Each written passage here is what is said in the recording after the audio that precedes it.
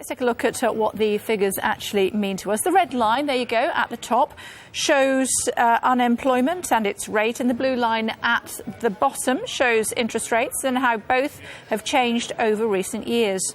This morning we learnt that unemployment has gone down to 7.1%, and it's extremely significant change. That's because the Bank of England has said it won't consider raising interest rates from their current record low of 0.5% until unemployment dips to 7% or below. So we're now potentially within touching distance of that point.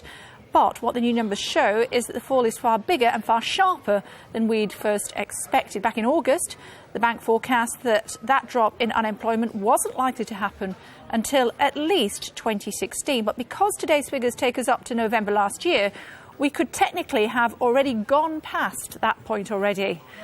But while all this may lead to questions about how soon interest rates could go up, it's worth noting that the Bank of England has said there's no imminent need to raise them, even if unemployment does go down again in the near future. We welcome the fall in unemployment because whenever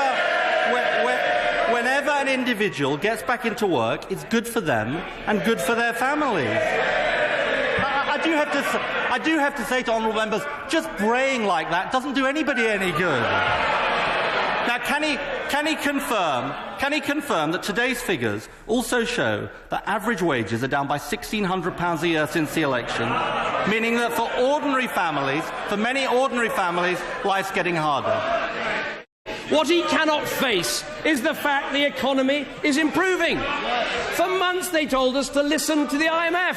Remember that? 5 tweets in 1 month from the Shadow Chancellor, listen to the IMF. Now the IMF are telling us the economy is growing, stick to the plan, unemployment's going down, not a word. Remember, he predicted 1 million more unemployed, we got 1 million more people in work. He predicted the deficit would go up, the deficit is coming down. The fact is today our plan is working. There are 1.3 million more people in work in our country. That is 1.3 million more people with the security of a regular pay packet. We are securing Britain's future, and it'll be put at risk by Labour. Duncan Hayes.